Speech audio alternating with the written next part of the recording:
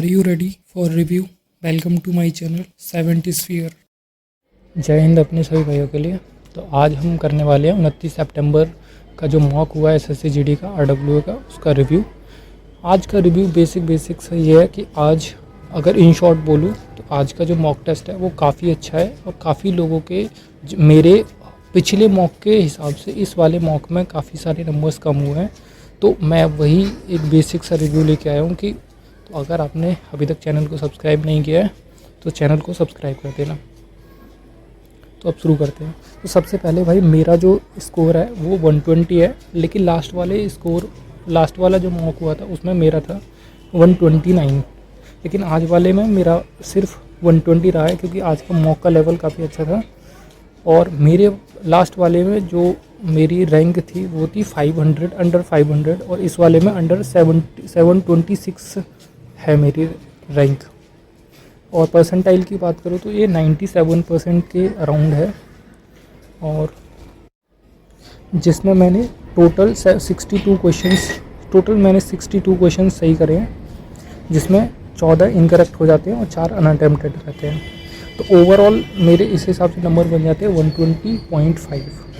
अगर मैं subject wise लेके चलूँ इसमें तो सब्जेक्ट वाइज मेरा बनता है, अगर सब्जेक्ट वाइज लेके चलते हैं तो मैंने मैथ्स में अटेम्प्ट किए थे 18 क्वेश्चन, जिसमें से 17 मेरे सही थे और एक मेरा क्वेश्चन गलत हो गया था, और 2 मैंने अनअटेम्प्टेड छोड़े थे क्योंकि एक क्वेश्चन था जो बहुत ज़्यादा लेंथी था, पॉइंट्स में वैल्यू आ रखी थी, और एक जो था वो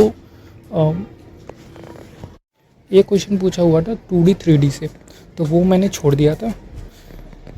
अब बात करते हैं जनरल अवेयरनेस की। तो जनरल अवेयरनेस इस बारी बहुत अच्छा पूछा है, लेकिन मेरा जो जनरल अवेयरनेस वाला एरिया है वो थोड़ा सा वीक है।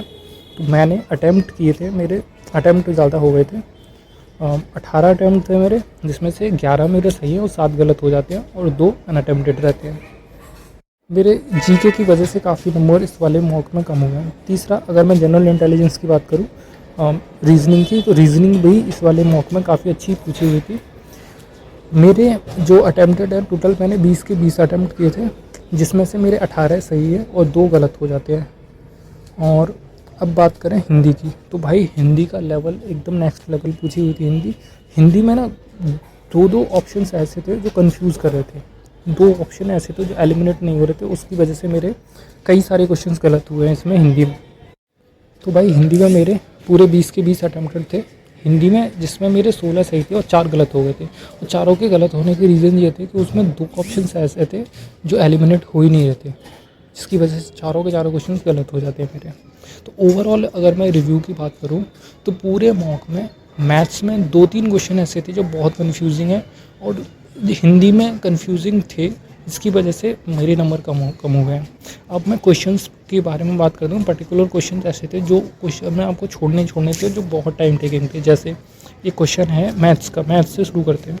अगर हम मैथ्स की पर्टिकुलर क्वेश्चन की बात करें तो मेरा जो क्वेश्चन गलत हुआ है वो ये वाला क्वेश्चन था कि 200 से लेकर 800 तक की ऐसी कितनी संख्या हैं जो 5 और 7 से विभाज्य नहीं है। इसका मेरे को सॉल्यूशन पहले पता था, लेकिन जब मैं कैलकुलेशन करने बैठा तो मेरा ये क्वेश्चन गलत हो गया और मेरा आंसर मैच ही नहीं हुआ इसका।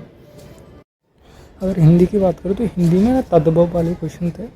तद्भव में मैं ऑप्शन में 2 में कंफ्यूज हो गया था। पहला एक में इसमें तत्सम तद्भव का था, उसमें पूछा था कि कौन सा शब्द तद्भव शब्द है। तो ऑप्शन दे रखे थे रात्रि, पंख, कार्य और देव। तो मैं कार्य, पहले मेरे को पता था कि पंख लगाना है, लेकिन बाद में मैंने इसको कार्य लगा दिया, तो ये वाला क्वेश्चन मेरा गलत हो गया था, जो नहीं होना चाहिए।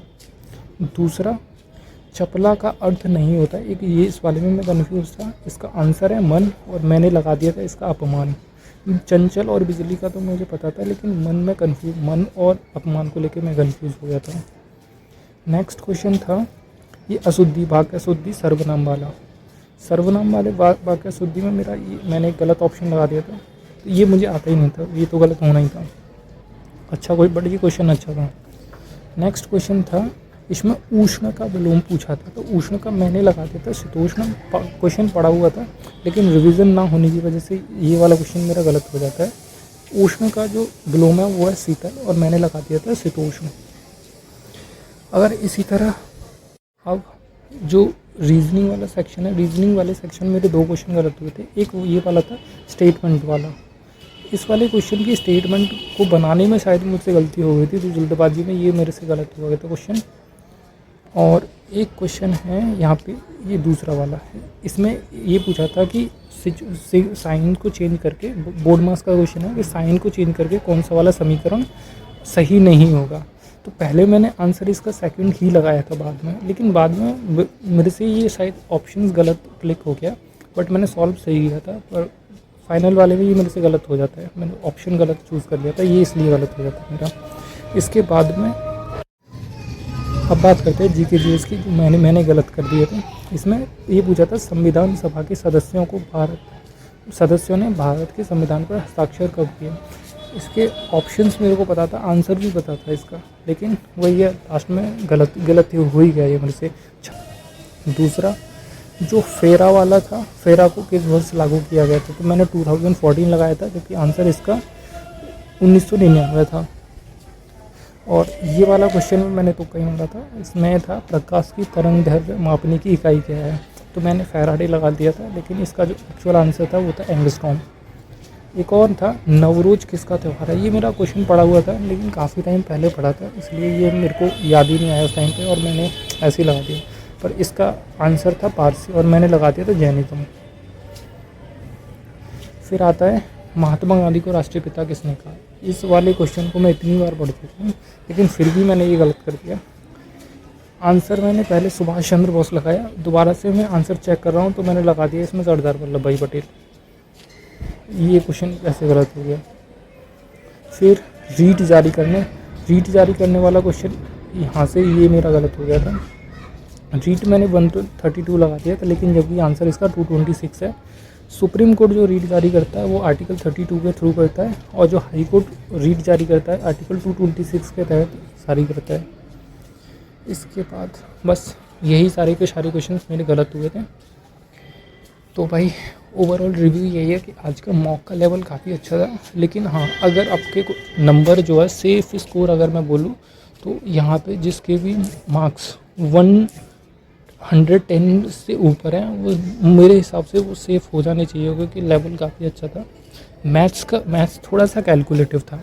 एक अगर आपको रिव्यू अच्छा लगा होगा तो थैंक यू, सब्सक्राइब कर देना चैनल को। Bye bye, take care and piece.